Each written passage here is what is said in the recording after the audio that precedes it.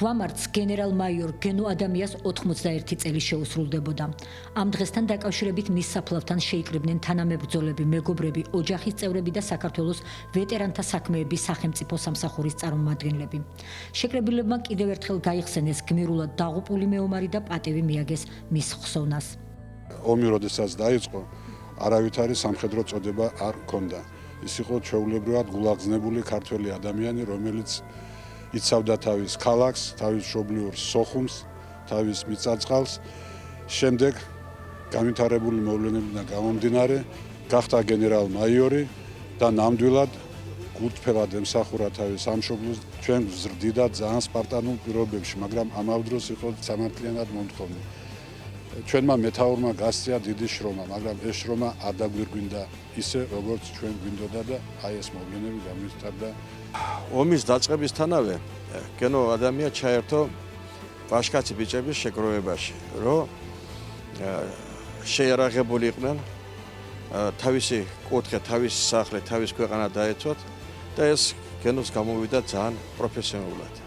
ძალიან ლამაზად, ძალიან ვაჟკაცურად დაიყენა ისეთი ხალხი, რომელმაც იბრძოლა ბოლომდე გენოს გვერდში. ყველაფერი გავაკეთეთ გენოსთან ერთად 413 დღე ვიომეთ. ამ ომში ჩვენ ვეტერანებს, მებრძოლებს უბრალოდ არც ესეთი ბრძოლა არ წაგვიგია. მაგრამ იყო ერემერი ეგრეთ წოდებული, უკან დახევა, შეჩერება, ბრძანება რაც არ იყო წესვლაზე. და ბოლო დღე იყო, წავიდა 27-ში, დამთავრდა, ჩაბარდა სოხუმი 28-ში, შეტევაზე წავიდა თვითონ, შეწერა თავი სამშობლოს და ვაჟკაცურად დაიყო. გენო ადამია გამორჩეული პიროვნება, თავისი თვისებებით, გონებით, პატრიოტული გზნობით და შესწირა თავის სამშობლოს. განაიარაღეს ჯარი და იშალა, ყველა პოზიციები მოისმო, ყველა თავდაცვითი ზღუდე მოისმო და წამოვიდა ამ ცარიელ ხელით დარჩენილ ხალხზე ტანკებით და ტექნიკით გაძლიერებული ჯარი და 14 დღე მაინც ვერ აიღეს სოხუმი. აი ეს იყო გმირობა, როცა ცალიერი ხელებით შეძლო ხალხმა 14 დღის განმავლობაში მათ ვერ გაიარეს 10 კილომეტრი. სორგზას. აი ეს იყო გენო.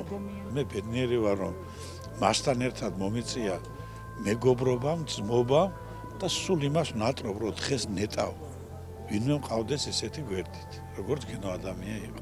მე ვიყავი მაგის პირველი მოადგილე, მაგრამ ჩვენ ყველა ვეძახოდით გენო ბიძიას. დიდი სიყვარული ჰქონდა საქართველოს და ყველა მას ხედავდა, იმიტომ დაუდგა ყველა გვერდში. ჩემთვის სიამაყეა, რომ მე იმ პერიოდში ვიყავი გენო ბიძიას მოადგილე და ჩემი თვალით ყოველ დღე ხედავდი, რას აკეთებდა ეს გმირი პიროვნება.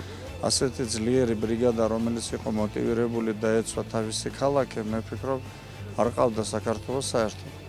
იმიტომ იყო, რომ განაიარაღება მოხდა ბრიგადის, იმიტომ რომ ძლიერი იყო და მაგრამ მაინც 13 დღე კიდევ იბრძოდა სოხუმი.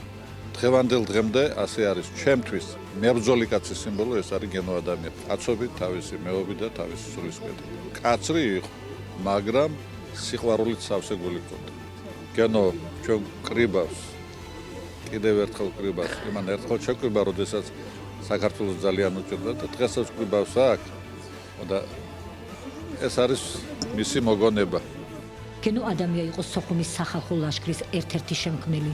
შეიარაღებული კონფლიქტის დაწყებისთანავე 1992 წელს მოხალისეთა რაზმის ფორმირება დაიწყო, მოსალოდნელი აგრესიისგან ქალაქის დაცვის მიზნით. შემდგომ მექანიზებული ბრიგადის მეთაური იყო, მალევე დაწინაურდა და გენერალ-მაიორი გახდა. ერთ-ერთი ყველაზე პოპულარული გენერალი სოხუმის დაცემის შემდეგაც არ დანებდა მტერს. მცირე ძალებით განაგრძობდა სეპარატისტებისთვის წინააღმდეგობის გაწევას. 28 სექტემბერს კელასურის ხიდთან გმირულად დაიღუპა. 1993 წლის ნოემბერში მისმა თანამებრძოლებმა თბილისში გადმოასვენეს. დაკრძალულია საბურთალოს სასაფლაოზე. გენო ადამია სიკვდილის შემდეგ დაჯილდოებულია ვახტანგ გორგასლის პირველი ხარისხის ორდენით.